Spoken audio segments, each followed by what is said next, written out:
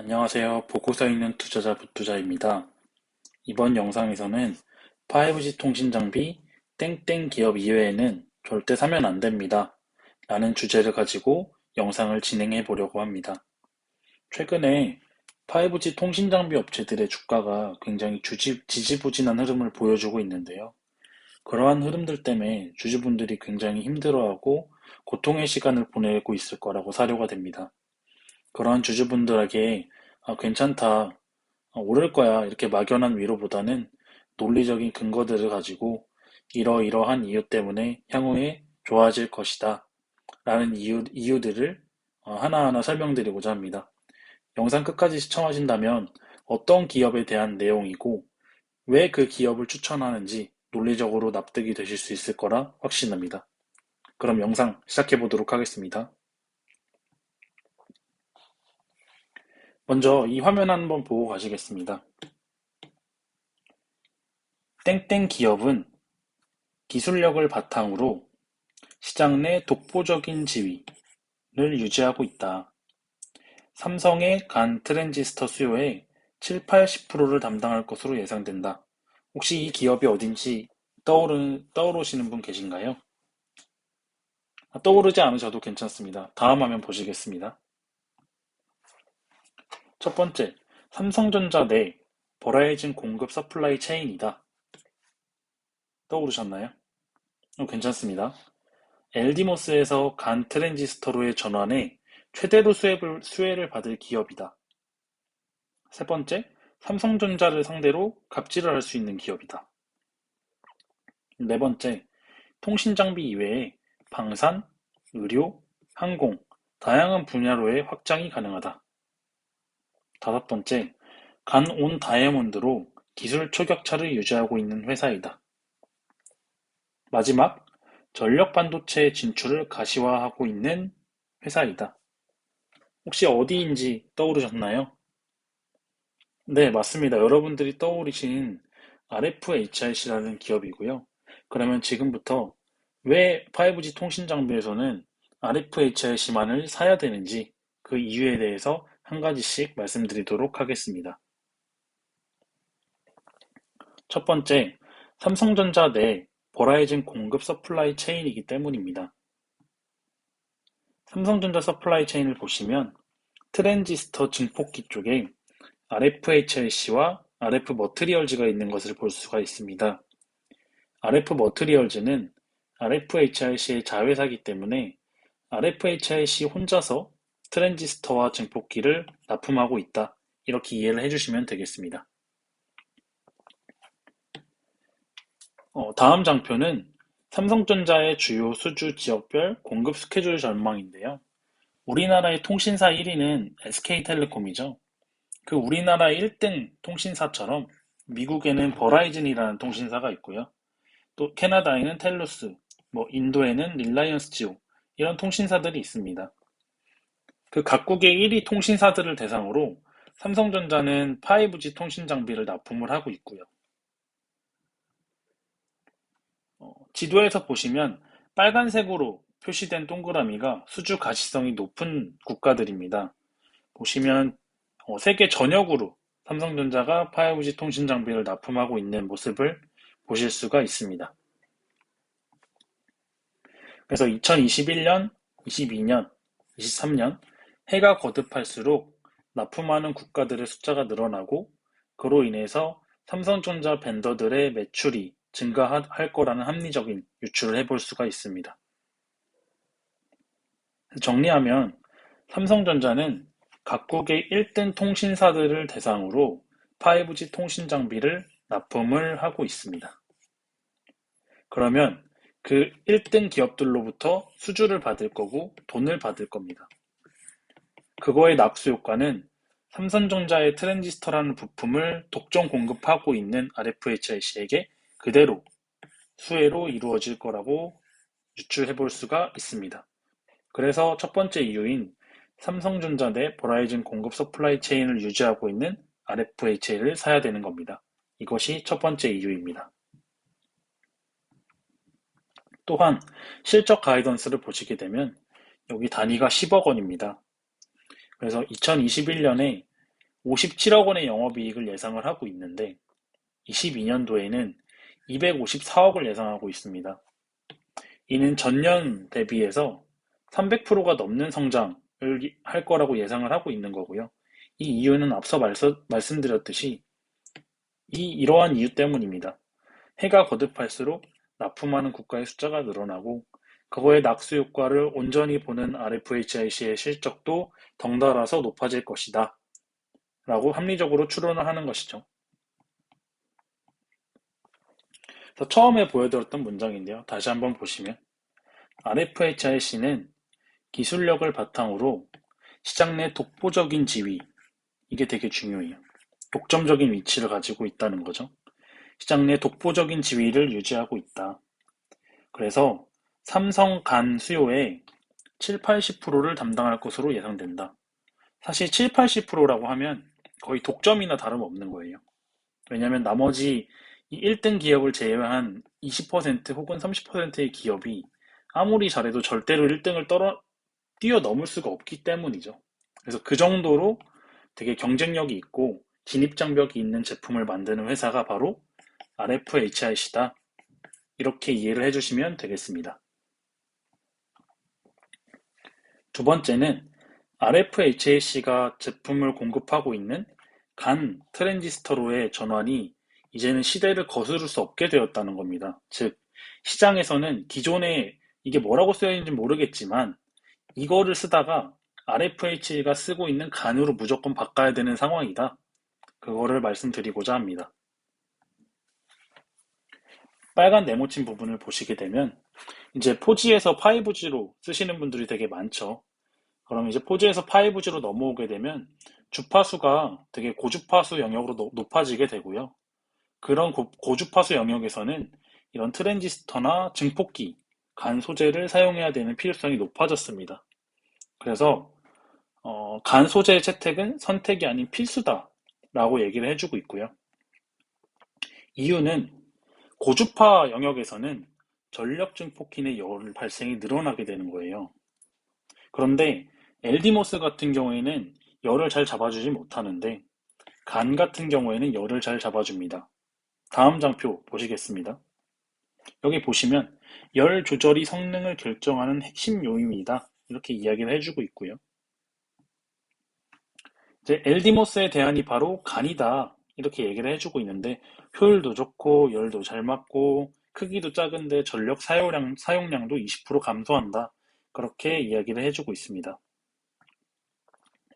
결국 5G 속도가 느린 이유는 LDMOS의 사용 비중이 높기 때문이고 답은 이걸로 가는 거, 간으로 가는 게 결국에는 큰 시대의 주류이고 역행할 수 없는 사실이라는 걸 인지를 해야 됩니다.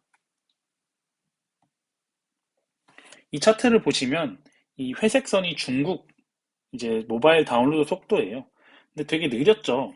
느렸는데 최근에는 어떻게 됐습니까? 거의 한국하고 비슷해졌어요. 이유가 뭐냐? 화웨이는 간을 쓰고 있거든요. 뒤쪽 다시 보시면 한국은 세계 최초로 5G를 상용화를 시켰어요. 그런데 상용화가 되고 나서 5G 속도에 대한 문제가 지속적으로 제기되고 있었죠. 근데 이유가 뭔가 했더니 LDMOS를 계속 쓰고 있었던 거예요. LDMOS가 쓰이는 것은 대부분 국내 통신 장비들이 삼성전자 장비에 쓰는데 삼성전자 장비들은 LDMOS를 채택했다는 거죠.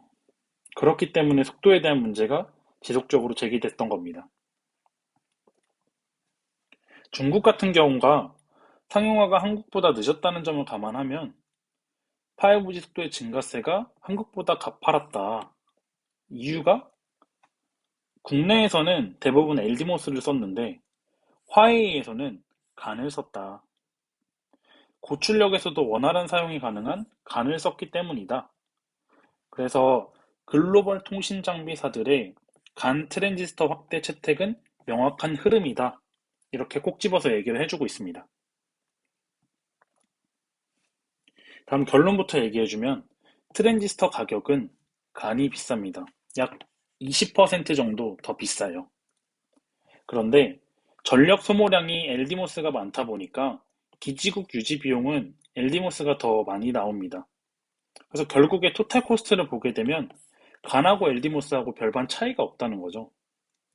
자, 그러면 글로벌 통신사들 입장에서는 엘디모스를 사용할 이유가 없다는 겁니다. 왜? 비슷한 비용이 나오는데 굳이 열 관리도 잘 안 되고 전력 소모량도 많은 엘디모스를 사용할 이유가 없는 것이죠. 그래서 결국에 간으로 가는 시대의 흐름은 거스를 수 없다. 이것이 결론입니다. 하나씩 보시면. 그러면 엘디모스가 안 좋고 간이 좋은데도 삼성전자가 엘디모스를 썼던 이유는 가격이 싸고 상용화 초기에는 저출력 장비 비중이 높았기 때문입니다. 간하고 엘디모스 가격 차이가 한 20% 정도 나는데 지금 많이 줄어든 거죠. 그래서 엘디모스의 가격 매력이 그만큼 크지 않고 아까 말씀드렸듯이 토탈 코스트에서 차이가 크지 않다는 점입니다. 왜냐하면 유지비 때문인데 엘디모스 같은 경우에는 그 유지비가 20% 정도 나는데 전체 비용이 이제 토탈 코스트가 비슷한 상황에서 성능이 우수한 간 트랜지스터를 선택하는 것이 당연한 시대의 흐름이다. 이렇게 이야기를 해주고 있고요. 엘디모스가 기지국 기준으로 120W의 출력을 내는 반면 간은 2배의 출력을 낼 수 있다.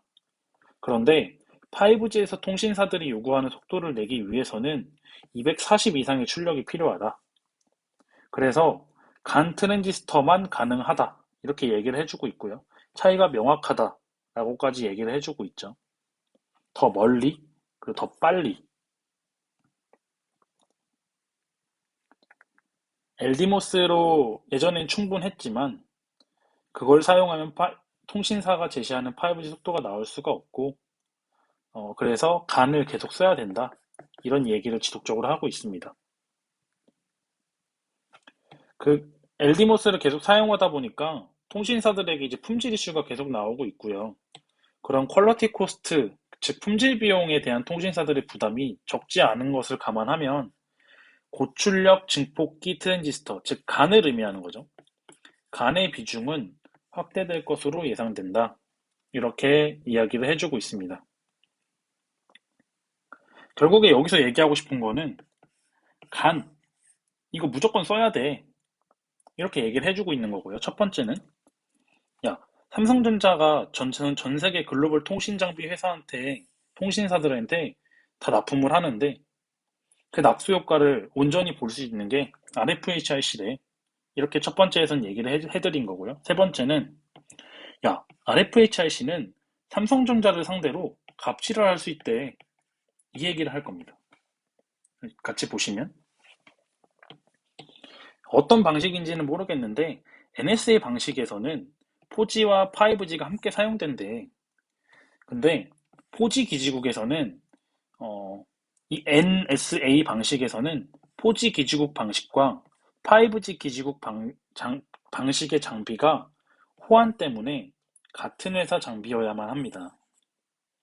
그래서 만약에 5G 장비와 4G 장비가 다른 회사를 선정했을 때 기존의 5G 기지국을 모두 걷어내고 여기 기존의 5G 기지국을 모두 걷어내고 신규 장비사의 5G 장비와 4G 장비와 5G 장비를 함께 구축해야 됩니다.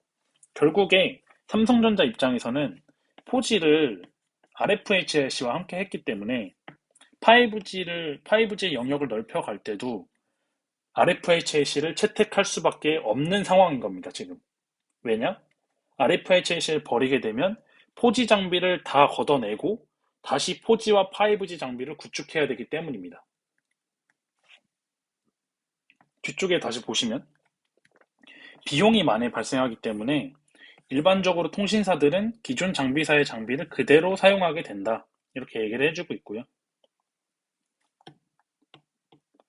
RFHIC는 삼성전자 내에서 전체 간 7, 80% 독점 공급 중이다. 향후 삼성 내 공급사가 다변화되더라도 그로 인한 삼성전자 비중 축소 우려는 크지 않다.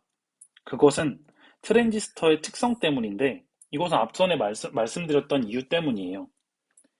기지국에 탑재된 트랜지스터를 다른 장비사의 트랜지스터로 바꾸려면 아예 기지국 자체를 새로 지어야 됩니다. 삼성전자가 바보가 아닌 이상 4G를 만들었던 통신장비 회사에서 5G는 다른 업체를 선정해서 4G 통신장비 다 철거하고 다시 4G하고 5G를 세울 이유가 없겠죠.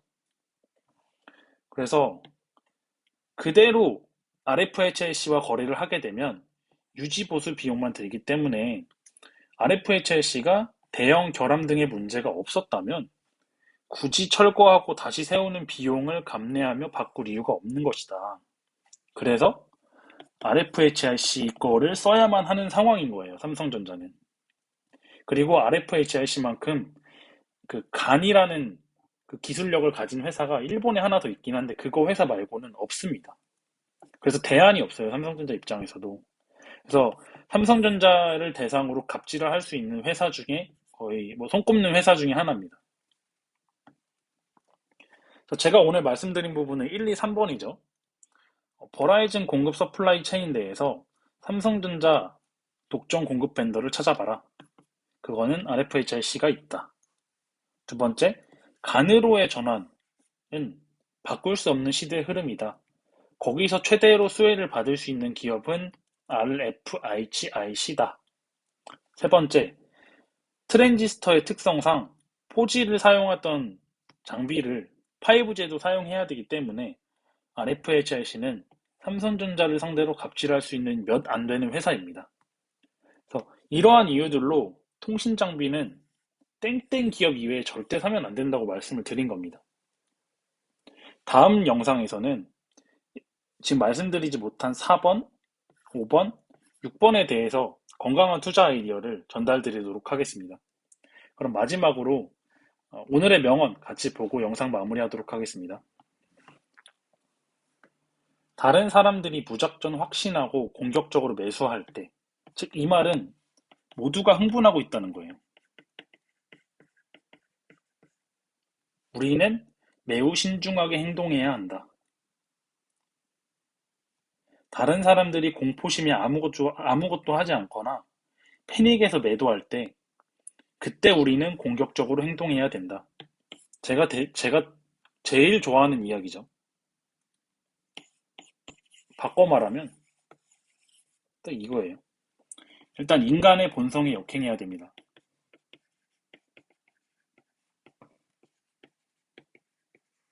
그리고 이 말은 공포에 사서 흥분에 팔라는 이야기죠. 제가 항상 영상 끝에 말씀드리는 건데 이게 말은 되게 쉬워요. 본성에 역행하고 남들이 다 무서워할 때 사고 흥분에 팔아라. 이게 되게 머리로는 받아들이기가 쉬운데 막상 매매를 해보신 분들은 이게 생각보다 쉽지 않다는 걸 알 거예요.